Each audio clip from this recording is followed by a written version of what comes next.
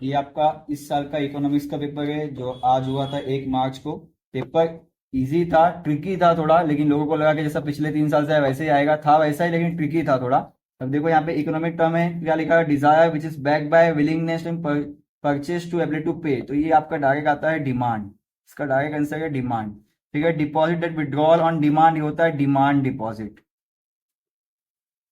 क्योंकि इसके दो टाइप है, लेकिन इसने बोला डिमांड के टाइम पे, तो मैं डिमांड डिपॉजिट लिखूंगा। V N T capital asset due to their using, मतलब कैपिटल एसेट धीरे धीरे कम होने लगता है, छिगने लगता है, मतलब उसका मतलब होता है डेप्रिसिएशन, सीधा मतलब।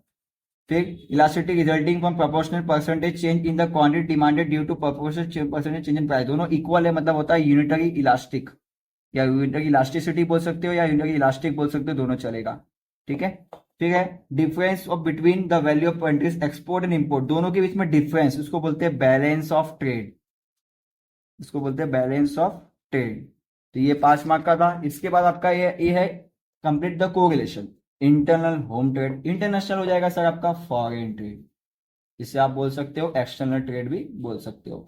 डिस्क्रिमिनेटिव प्राइस, और यहाँ पे डैश है single price, perfect combination. Discriminative मतलब क्या, अलग अलग प्राइस, तो इसमें मोनोपोली एक ऐसा होता है जो सबको अलग अलग प्राइस ऑफर करता है। ठीक है। सेंट्रल बैंक क्या होता है, आरबीआई, आरबीआई का full form reserve bank of India भी लिख सकते हो, आरबीआई भी लिख सकते हो, दोनों चलेगा। आउटपुट मेथड को दूसरा नाम दिया गया है प्रोडक्ट मेथड, क्या नाम दिया गया है, प्रोडक्ट मेथड। फिर the period of inflation surplus budget, the period of depression just उसका उल्टा, सरप्लस का उल्टा क्या होता है, डेफिसिट बजट। ठीक है। फिर find the order and out में क्या आएगा, ड्यूरेबल गुड्स में फर्नीचर, कपबोर्ड, वॉशिंग, सीधी सी बात है, फिश ज्यादा ड्यूरेबल नहीं होता, बाकी सब ड्यूरेबल होता है। Cost concept, total average marginal, sir selling cost हमने नहीं पढ़ा, उस फॉर्मूले में 3 कॉस्ट के फॉर्मूले थे, चौथे चैप्टर से है ये। लीगल मोनोपोली में क्या आएगा सर, पेटेंट्स, ओपेक, कॉपी का ट्रेडमार्क, सर ये तीनों है लीगल, लेकिन ओपेक क्या है, लीगल नहीं है।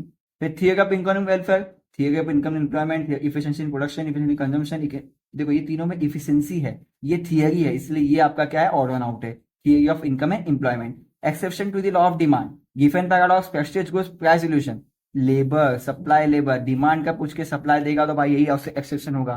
फिर complete the following sentence, the term micro macro coin by Nigerian economist. अब देखो सबने इसमें एडम स्मिथ दिखा कि सबको लगा फादर, फादर नहीं पूछा, उसने पूछा है नाइजीरियन इकोनॉमिस्ट, तो वो है रैग्नर फ्रिश सर। ठीक है, व्हेन द सप्लाई का sloping upward then is slope is positive, supply का पॉजिटिव होता है, डिमांड का नेगेटिव होता है।